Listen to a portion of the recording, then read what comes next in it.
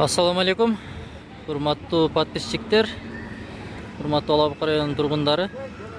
Биз Ала Бука районунда ачылган жаңы паркта турабыз. Бүгүн бул жерде өзгөчө бир иш-чара болуп жаткан кез. Бул жакта атайын аксакалдар үчүн тапчандар ачылып, атайын аксакалдар үчүн жай коюлуп жатат. Мындан ары дайым ушул жерде аксакалдар чай ичип, тең туштары менен, достору менен тамактанып, сүйлөшүп отурса боло турган жай ачылып атат буюрса.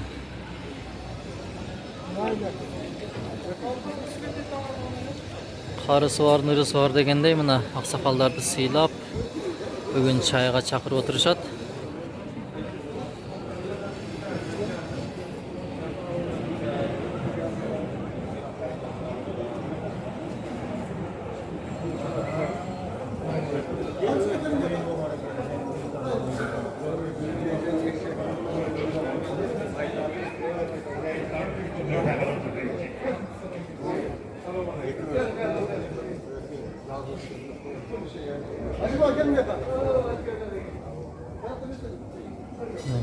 Ала Бука районунун жаңы ачылган паркы.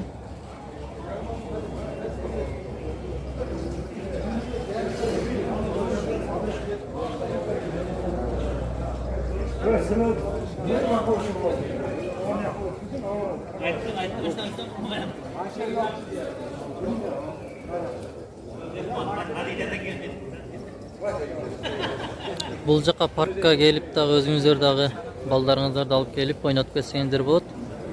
Паркта көптөгөн аттракциондор, жаш балдар ойночу жайлар иштеп жатат.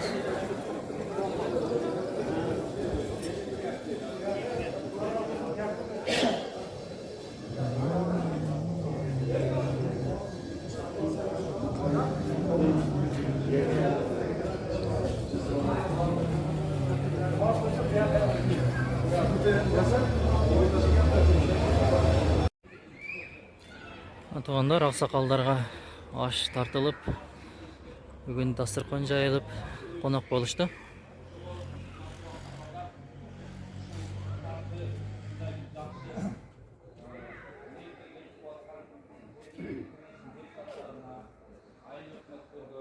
Администрациянын ишкерлерге баардык ушул салым кошуп аткандарга, Гүлмуратка ата берип, ушундай ишибизге ийгилик каалап, жакшы бир дуа кылып коюңуздар.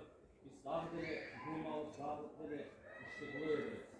Ошого урматтуу аксакалдар, дагы бир жолу байрамыңыздар менен куттап кетем. Дайым биздин кемчилдигибизди, бетибизди айтып, мындай жерде туура эмес кылып атыңар, бул жерде туура кылып атыңар деп баа берип, аксакалдык акыйкат сөзүңүздөрдү айтып жүрөбүз.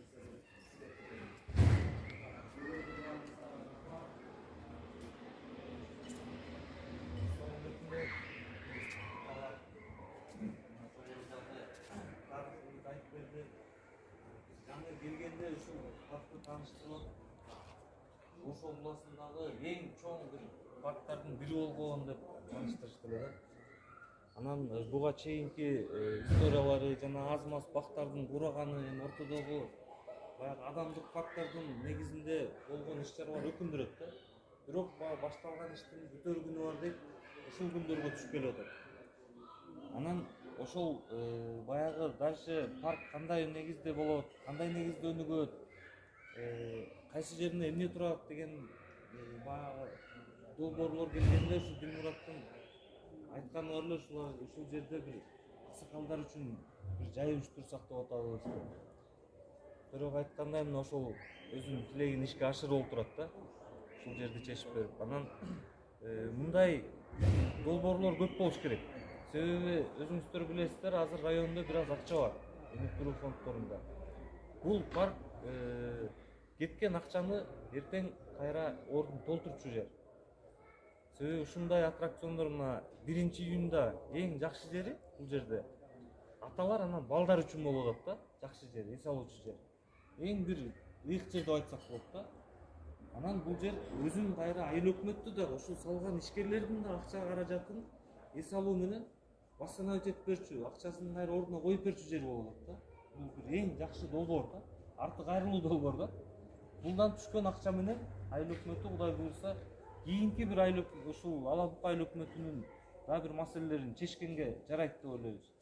Мындан кийинки Дилмуратка мына баш жагындагы ушул чоң жерлер берилгени кийинки инвесторлорубуз, ушул кийинки ишкерлерибиз ушундай болгон бир дагы өркүндөтүп нар жагын алып кетсин деген максатта бердик деп мына депутаттар айтып бердилер.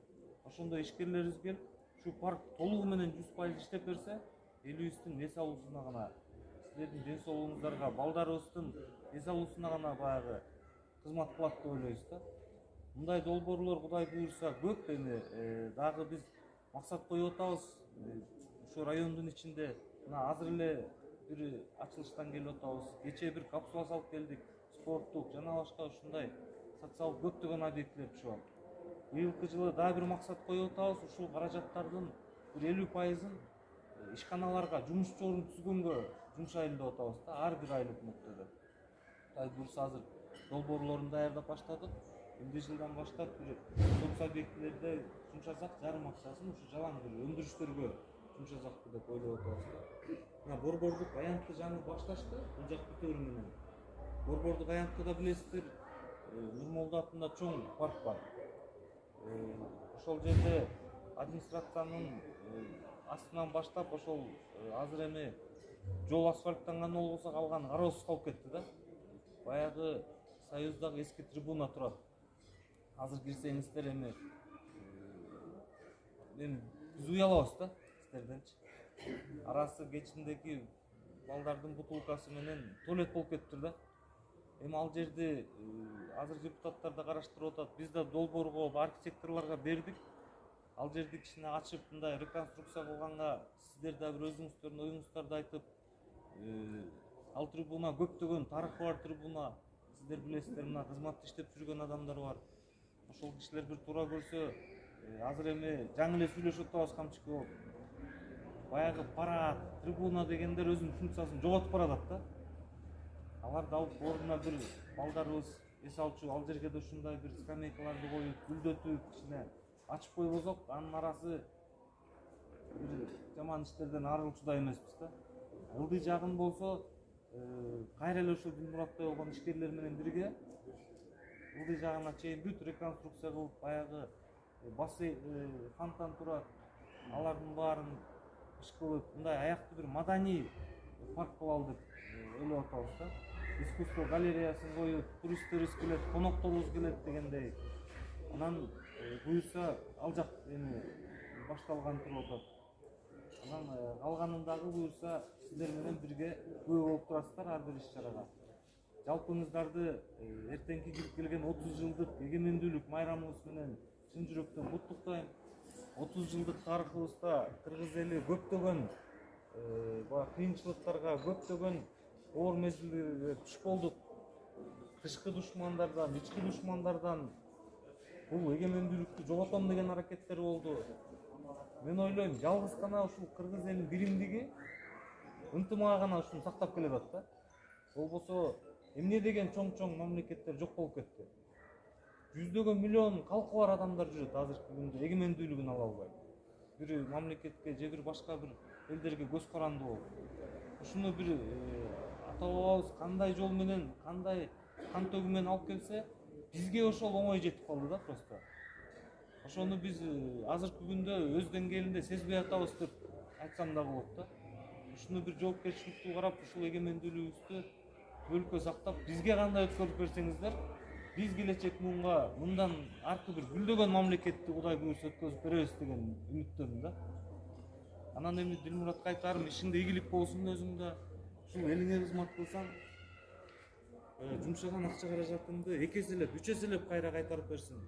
Элиңден алган бата дуаларың баары кабыл болсун. Үй-бүлөң менен, ата-энең менен аман бол. Эл журтуңа дагы да кызмат кылганың насип этсин.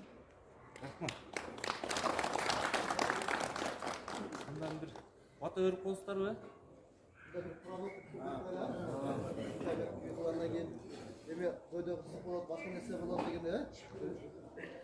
Problem aksakallardan kim atmadı öyle? Arkadaş produkt.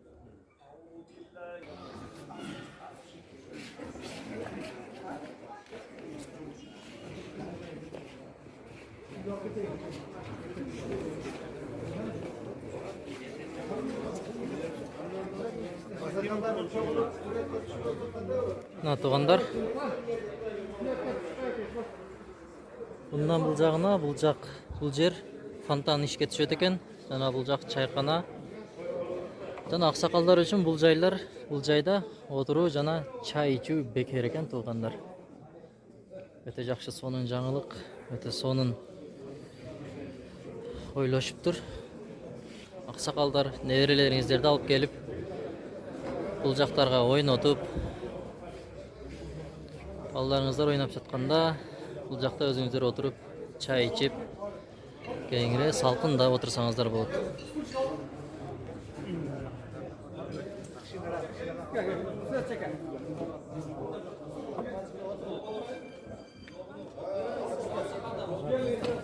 Balдар tartып koyup balдар var.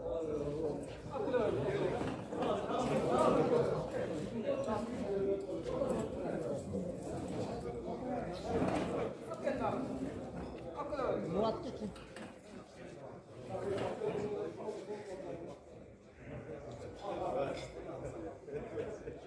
Естелікке сүрөткө түшүп атышат. Мен видеону аяктайын. Видеого лайк басканды унутпаңыз, каналга подписация болгонду унутпаңыз.